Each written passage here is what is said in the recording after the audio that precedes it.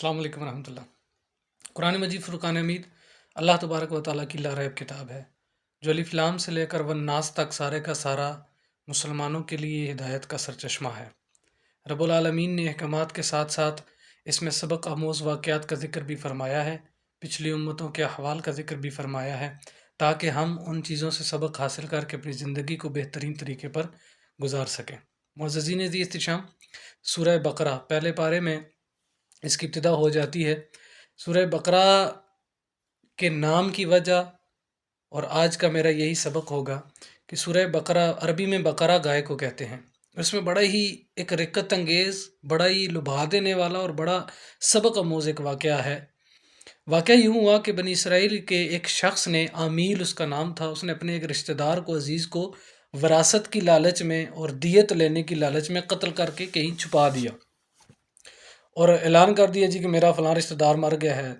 یوں معاملہ بڑا، میں مختصر کر رہا ہوں کیونکہ ہمارے ٹک ٹاک کی ویڈیو کی اتنی لینتھ نہیں ہوتی، مختصراً عرض کر رہا ہوں کہ اس نے اپنے اس عزیز کو دفنا دیا۔ اب موسیٰ علیہ الصلوۃ والسلام کے پاس سوال گیا تو موسیٰ علیہ الصلوۃ والسلام نے کہا کہ اللہ تبارک و تعالیٰ حکم دیتا ہے کہ گائے ذبح کرو اور اس گائے کے گوشت کا کچھ حصہ اس پر مارو تو اس قتل کے بارے میں معلومات ہو جائیں گی۔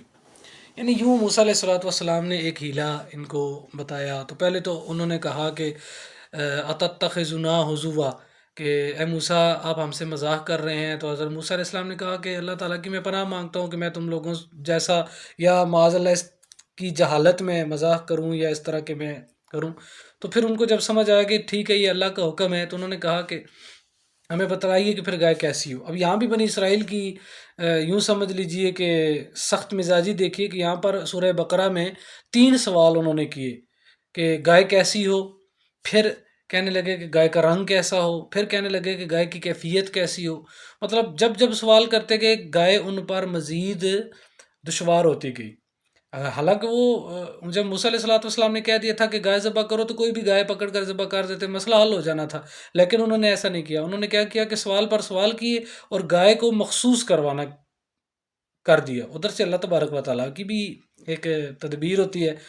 مسئلہ یوں ہے کہ ایک اور بستی تھی جس کا اس میں ایک بہت ہی صالح نیک پرہیزگار انسان رہتا تھا، تو اس نے اپنے بیٹے کے لیے اللہ کے نام پر ایک بچیا کو چھوڑ دیا تھا، ایک گائے کو چھوڑ دیا تھا کہ اللہ یہ تیرے سپرد ہے۔